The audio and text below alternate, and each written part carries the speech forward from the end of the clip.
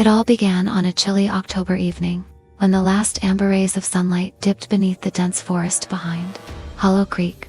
The wind carried with it a whisper of the approaching night, Halloween night, when the veil between the living and the dead thins, and secrets claw their way through the dark dot in the small, forgotten town of Crow's Hollow. Teenagers whispered rumors about the old Blackthorn mansion. Once the grandest estate in the county, now it stood in eerie ruin, its windows shattered, the doors unhinged, and the gardens reclaimed by brambles and weeds that hissed secrets to the moon. 17-year-old Emma Graves, with her raven black hair and an appetite for urban legends, clutched an invitation she had found wedged in her locker that afternoon. The paper smelled faintly of sulfur and roses, an unsettling combination. Scrawled in crimson ink were the words, "You are cordially invited to the Blackthorn mansion. One night only. Survive, and all your wishes come true. Midnight sharp." She should have thrown it away. She should have laughed it off as a prank, but the darkness behind her eyes had always hungered for more. More mystery, more adrenaline, more truth. That evening, under the watchful eye of a blood moon, Emma and four of her closest friends, Liam, an aspiring filmmaker, Zoe, the skeptic, Malik, the class clown, and Kara, her childhood confidant, gathered at the edge of the Blackthorn woods. Their breath formed ghosts in the cold air. Malik tried to laugh it off. "Y'all seriously think we're gonna find some ghostly butler offering tea and murder?" But his voice trembled at the edges.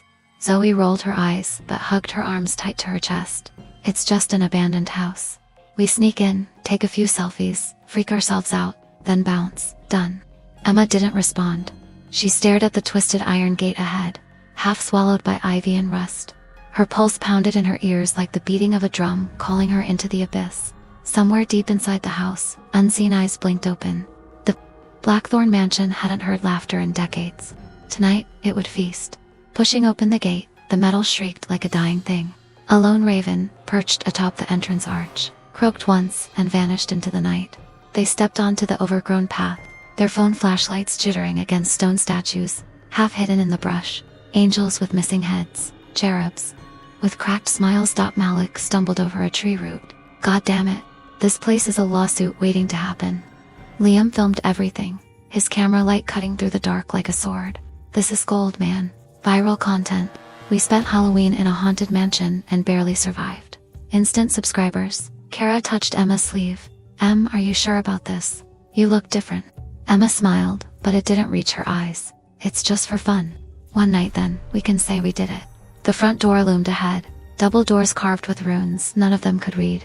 The handles, shaped like snarling wolves, were slick. With cold dew, Emma pushed first. The door creaked open to reveal a foyer frozen in time. A grand chandelier swaying gently, though no wind blew.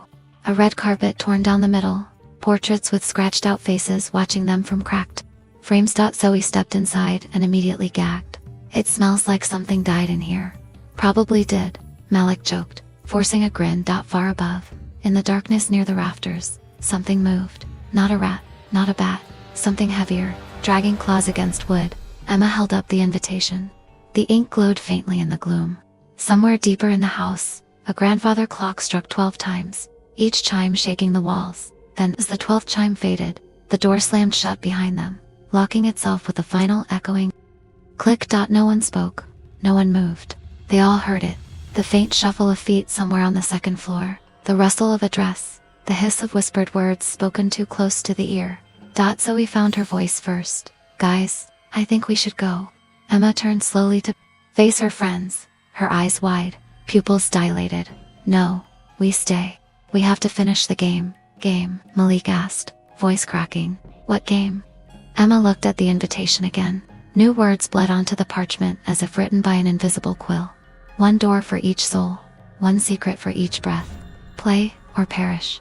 Asterisk. The foyer seemed to grow larger the longer they stood there. Shadows stretched like clawed hands across the cracked marble floor, reaching for their ankles. Liam lowered his camera for a moment, his bravado cracking. "Emma, this isn't funny. Did you plan this? Is this some escape room thing?" Emma didn't answer. Her eyes were fixed on the grand staircase ahead. Heavy velvet curtains fluttered, though no wind blew. Malik tried the front door. He rattled the handles, kicked the frame, even hurled his shoulder against it until his laughter turned to angry grunts. The door didn't budge. "It's not a prank," Emma said softly. voice echoing too loud in the stillness. It's real. The stories were always real. Zoe grabbed her by the shoulders. What the hell are you talking about? What stories? Emma tore free, stepping backwards toward the stairs. Her voice dropped to a whisper only Kara could hear. The house grants wishes, but it takes more than it gives. My mother told me. She came here once. She never left. Kara's blood went cold. Emma, what did you do? A distant scream cut through the house. Not outside, not in the woods, but from somewhere deep inside the mansion. It was followed by a low, dragging moan that rose and fell like a dying breath. Liam spun, cambered back up, filming wildly. Did you hear that? Please tell me that was you, Malik. But Malik only shook his head, eyes wide. He pointed to the balcony above them, where a figure stood half-shrouded in shadow.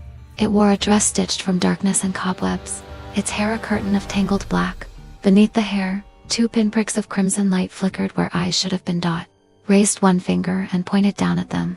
The grandfather clock boomed once, twice, thrice, each chime louder than the last. Then the figure vanished, melting into the walls like mist in the morning sun. Suddenly, the foyer's wallpaper peeled back with a sound like tearing flesh, revealing doors where there had been none before. 5 doors, side by side, old wood engraved with strange sigils. Each door pulsed, breathing in time with their racing hearts. Etched into the ceiling above the doors was a message, written in dripping black script: choose your truth, face your sin, feed the house. Emma stepped forward, reaching for the door closest to her. Kara grabbed her wrist, voice cracking. No, we stick together, we find another way. But the house had other plans. The walls trembled, dust raining. From the chandelier, the floor beneath them buckled and split. A jagged crevice yawned between them, widening until they could no longer reach each other. Malik stumbled backward and fell through one of the doors. Liam, cursing, tried to pull him back, but the door slammed shut behind him. Swallowing his scream, Zoe shrieked as the floor shifted beneath her feet, sliding her toward the second door like she weighed nothing at all. The door yawned open, its hinges wailing like tortured steel, and she disappeared inside. Liam and Kara clung to each other, but a sudden force yanked Liam away. His camera clattered across the marble floor just as his door slammed shut behind him. Only Kara and Emma remained. Emma's eyes brimmed with tears, her voice barely a whisper. I'm sorry, I'm so sorry. Before Kara could answer, the 5th door swung wide. A cold, invisible hand wrapped around her waist and dragged her screaming into the darkness. Emma stood alone in the foyer. 5 doors shut tight, 5 secrets waiting to be claimed. Malik's heart hammered in his chest as he stumbled through utter darkness. When he blinked, he found himself in what looked like an old nursery. Toys hung from the ceiling by frayed ropes, dolls with missing eyes, stuffed bears with red stitches across their throats. He spun, searching for a way out, but the door was gone. A music box clicked to life on a dusty dresser. A soft, warped lullaby played, and one by one, the toys turned their heads toward him, their button eyes gleaming. A child's voice echoed in the gloom. Why did you lie, Malik? Why did you break your promise? He backed away, bumping into a crib draped in rotting lace. Inside, something stirred, a wet, rasping breath, followed by a tiny skeletal hand reaching for him. Malik screamed, but the nursery walls didn't care. The shadows closed in, the house fed. Zoe hit the floor hard, the door slamming behind her with a sound like bone snapping. She rolled over, gasping, and realized she was lying in the middle of what looked like an abandoned dining hall. A massive banquet table stretched endlessly before her, candles flickering along its length. Silver platters lined the center, piled high with rotting meat and fruit crawling with flies. The stench hit her in waves, gagging her. Somewhere at the far end, a figure sat hunched in a throne-like chair, tall, thin, its skin parchment white. It wore a mask of porcelain that cracked slowly as it turned its head toward her. Hungry, are you? It rasped. Its voice crawled inside her skull, scraping at her thoughts. Zoe scrambled backward, knocking over a chair. Get away from me. This isn't real. None of this is real. The thing in the chair laughed, a sound like dry leaves crushed underfoot. It gestured to the plates. Instantly, the rotting feast transformed. Her mother's famous casserole, her father's steak, her grandmother's cherry pie. The smells, so familiar, made her stomach twist with homesickness. The voice dripped honey and venom. Eat. Remember what you left behind. Your hunger for freedom, your lies about love, your betrayal of trust. Eat, and confess. Zoe squeezed, her eyes shut, covering her ears, but the plates trembled, lifting themselves. Slabs of meat hovered closer, steam rising, the scent so painfully warm, her throat went dry. She hadn't eaten all day, and the food smelled exactly like home. A fork lifted itself, prying her lips open. Tears spilled down her cheeks as she fought it, but her body betrayed her. The first bite slid past her tongue. Warm, tender, then sharp, bitter, wrong. She screamed, spitting blood and something hard. A tooth, no, a fingernail. The food in her mouth writhed like worms, and the voice in the chair cackled. Feed the house, feed the truth. Zoe collapsed, retching as shadows slithered closer, whispering all her secrets into the candlelight. Liam stumbled through his door into pitch-black darkness, save for a single flickering light above an old movie projector. His camera lay in pieces at his feet, the lens cracked, the memory card snapped in half. The projector flicked to life on its own, casting grainy images on a moldy wall. At first, it showed clips he'd filmed, parties, silly pranks, moments, with Emma and the others. But the film stuttered, and the scenes turned cruel. Him filming Zoe changing clothes. Him recording Emma crying behind the gym. Him laughing about Malik behind his back. Footage he'd never taken, or had he? The projector whirred louder, spitting celluloid strips across the dusty floor like veins. Director, actor, liar, whispered a voice behind him. Liam spun, but nothing was there, only darkness, thick and suffocating. He backed into the projector. The film reel turned again, now showing him, older, hollow-eyed, kneeling before a camera. He watched himself confess every secret for the whole town to see. He watched the town turn on him, watched himself alone, screaming into a lens that recorded every betrayal. "Isn't this what you wanted?" the voice asked, closer now, dripping into his ear. "To be seen, to be remembered. Be careful what you film." Suddenly, the projector's bulb burst, plunging him into darkness. Hands, thousands of ghostly invisible hands grabbed his arms, his throat, dragging him screaming into the flickering light that had become a ravenous eye. Kara landed. In a corridor that seemed endless, portraits lined the walls. Portraits of her, Kara laughing as a child, Kara winning spelling bees, Kara hugging Emma in middle school.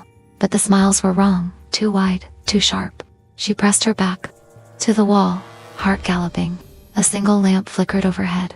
On the floor beneath the lamp lay an old music box, the same one she and Emma had found in Emma's attic years ago.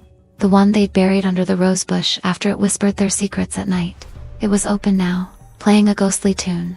Her mother's lullaby. A voice hissed from within the music box. "Tell her, tell Emma what you did. Tell her who really called her mother to this house all those years ago." Kara sank to her knees, memories crashing down like a wave. Emma's mother, the secret dare, the promise she broke. Her lies buried beneath tears and excuses. Hands reached out of the portraits, pale and thin, stroking her hair, lifting her chin.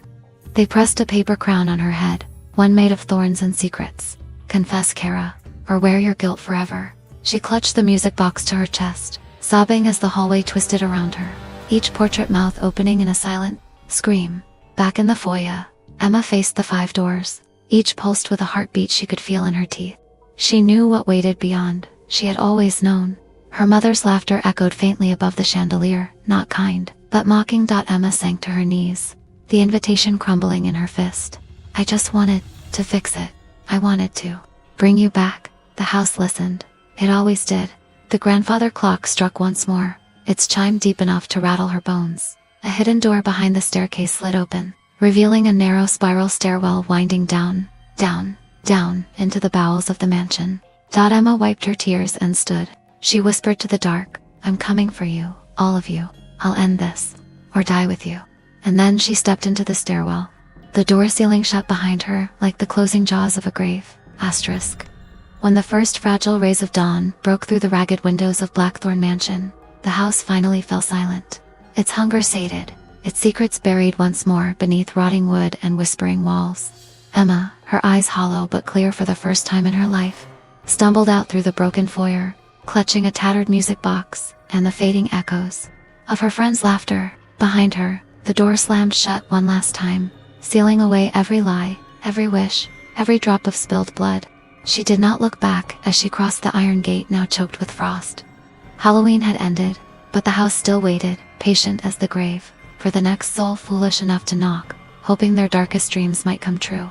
And far above, in the boughs of a dead tree, A single raven croaked once before taking flight into the bleeding sunrise.